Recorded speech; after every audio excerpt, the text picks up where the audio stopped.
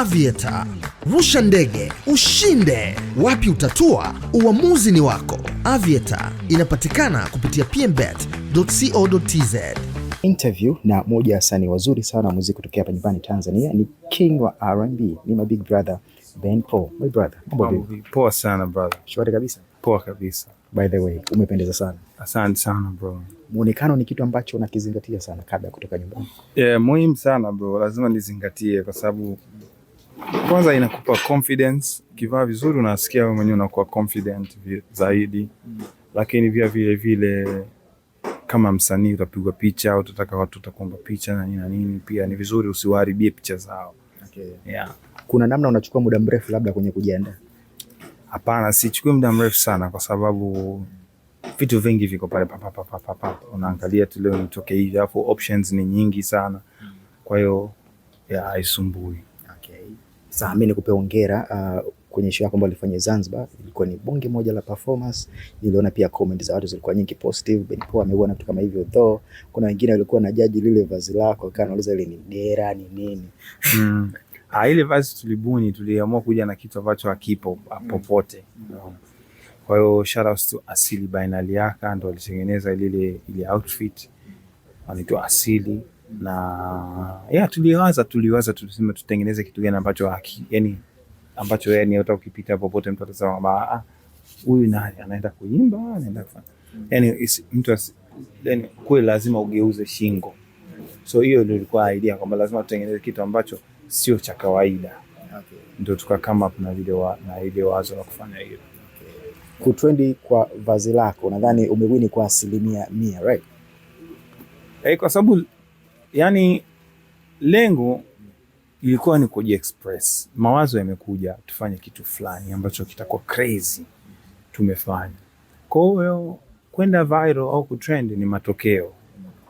Na atakuwa tumekaa kabisa tuna usongo tunataka tuende viral. Hapana, tunataka kujiexpress. Ile tufanye kitu crazy. Bana, wazo limekuja kichwani, tuliweke kwenye maisha, kwenye reality. Ndicho kilichotokea. Kwa hiyo kutrend sisi tumeipokea tu kwamba okay, ni feedback, watu wameona hivyo. Okay. Yeah. Sasa mwaka 2026 naamini mashabiki zako wana expect vitu vikubwa sana kutoka kwako. Mimi ningependa nisikie, lakini pia na mashabiki zako wanatamani kusikia ni nini ambacho umeandaliwa kwa mwaka huu, kwa sababu tukiongelea miaka uliopita, mwaka juzi umekuwa ni mtu ambaye unatoa ngoma na relax kwa muda mrefu. Kwa this year ni nini ambacho umewapangia ama umewaandalia mashabiki zako? Mwaka huu na kazi mpya nzuri sana nimewaandalia ambazo nitaanza kuzitoa very soon. Lakini pia vile vile shows, wataniona wajiandae sana kuniona kwenye majukwaa ya live shows. So tukae tayari, niko nje mimi na bendi yangu tuko full kamili kwa ajili ya kufanya huduma ya kuburudisha kinoma noma. Lakini pia muziki mpya unakuja. Okay. Kuna namna inaonekana kama Ben Paul anajitenga na wasanii wenzake, si mtu ambaye anakaa sana close kwenye event hii ataenda, kwenye shughuli ya msanii ataenda. Ni namna ambavyo umejiwekea sasa hivi ama ni nini ambacho kinakupush ujiweke mbali maybe na wasanii? Tuko karibu na wasanii wengi tunazungumza, lakini kwa kipindi cha mwaka jana na mwaka juzi nimekuwa zaidi na safari sana. Okay. Kwa sababu ya family, kwenda Ujerumani mara nyingi sana. Unaona. Kwa hiyo nimekuwa mara nyingi sipo, kwa matukio mengi yananipita, harusi za washikaji, wasanii wenzangu sana nipita, niko Ujerumani miezi 2, miezi 3. Kwa hiyo kwa namna moja ama nyingine ndio maana imefanya labda hujaniona sana. Lakini bado tuko tight na washikaji zangu wasanii, tunaongea vizuri, tuna mahusiano mazuri tu. Hongera sana ndugu yangu, na familia mambo mazuri, tumetuletea anko na nini. Shukrani, nashukuru sana kwa, nashukuru Mungu kwa kweli. Mbona sasa hivi uvuke boda kabisa? Sikuwa nimeitafuta kusema kwamba sasa nataka nitafute mtu wa hivyo, nitafute mtu wa nchi hii. Lakini unajua mapenzi nayo yanakuwa saa nyingine wewe unakuwa haupangi. Ni hisia tu, unaanza kubuild na mtu kitu, unaanza kujenga mahusiano na mtu, baadaye unasema kwamba by the way sio mbongo. Sio kwamba ulikuwa unatafuta hiyo, ila ni mtu tu mwenyewe moyo wake na roho yake vimeendana na wewe, ndio mmekuwa pamoja. Sasa Ben, mimi naamini wewe ni one of the coolest artists, ni wasanii ambao mko poa sana, hamna mambo mengi na vitu kama hivyo. Tuko mwaka mpya 2026. Kuna msanii ambaye ulimkosea na unahisi kabisa unahitaji msaada wake unahitaji kumalizana naye, kumaliza zile tofauti ambazo mlikuwa nazo? Hamna, na kama yupo lazima nilishamcheki. Kama yupo lazima nitakuwa nilishamcheki. Yeah. Lakini so far naona hamna. Tuko too fresh. Okay. Yeah. Ilikuwa great sana kukusikia kwenye interview ukisema kuna mheshimu Diamond, ndio kuna wengi walipokea vile ambavyo wao walikuwa wanafahamu. Respect gani kubwa ambayo inakufanya, ama ni heshima ipi ambayo inafanya uwe nayo kwake? Ni kwa sababu ya ile wazungu wanaita resilience, ile hali ya kwamba unapitia changamoto lakini wewe upo tu. Kuna muda mwingine unaona kabisa unatambaa, yani hata uwezi kutembea wala kukimbia wala kuruka, unatambaa, lakini tu umegoma kukaa hapo ulipo, unatambaa. Hata kama ni step zinaonekana kama step za mtoto mchanga, lakini kutoka eneo moja kwenda mbele. Kwa hizo step hizo, unaona, kusogea mbele, hicho ndo ambacho namheshimu yeye, na hata pia wasanii wengine wote ambao wana hiyo spirit. Kwa sababu ujue, nitakupa mfano mmoja. Unaweza kuwa unaomba mvua, unamwomba kila siku Mungu akupe mvua, Mungu nipe mvua, Mungu nipe mvua. Wakati wewe unaomba hivyo, kuna mwenzako anaomba afa anaweka ndoo zote nje. Kila siku Januari mpaka Disemba ameweka ndoo mabeseni nje. Wewe unamwomba Mungu niletee mvua. Siku moja mvua inanyesha saa 9:30 usiku. Unaona? Unakuja kushtuka hivi saa 10:30. Bwana mvua inanyesha, unatoka nje na vyombo, mvua imekata. Lakini kuna mtu mwingine amelala usingizi 444, tena siku hiyo katoka kutembea safari kwa mguu mbali. Kachoka hoi, anakuja kuamka saa 12, anakuta mandoo yake yote yana maji. Kwa sababu kila siku anaomba afa amejiandaa, amekinga. Kwa hiyo hata kwenye mapambano ya maisha ndio hivyo.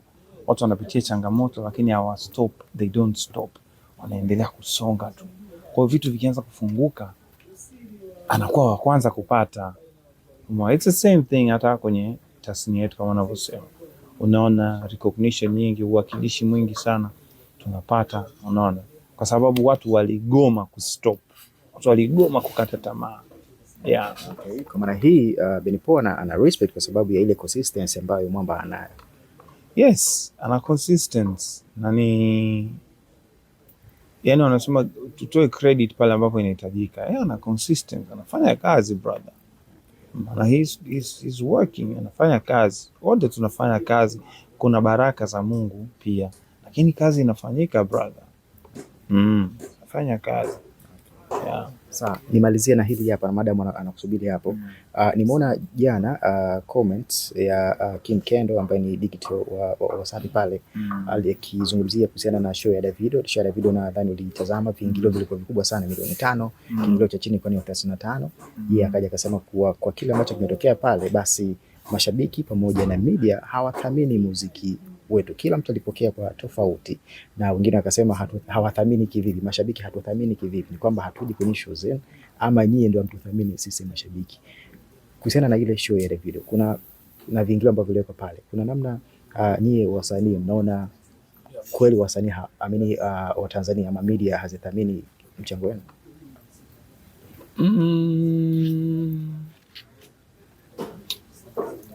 Mimi naona tunathaminiwa, ila sasa labda unajua hii ni kitu ambacho kuna vitu kufix ni ngumu sana.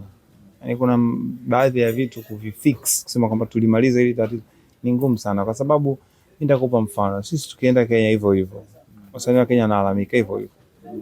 Unaona? Hata yeye mwenyewe brother ukimuuliza atakwambia wao wakienda Kenya, sisi wote tukienda Kenya, the treatment tunapata, tunapopokelewa na nini. Wasanii wa Kenya wengine wanakuwa wanaona kwamba wanakuwa treated chini.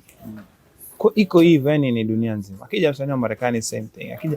Kwa hiyo naweza kusema ni mambo magumu. Kuna baadhi ya vitu vinabidi tu, yani hamna kitu kikubwa sana unaweza kufanya.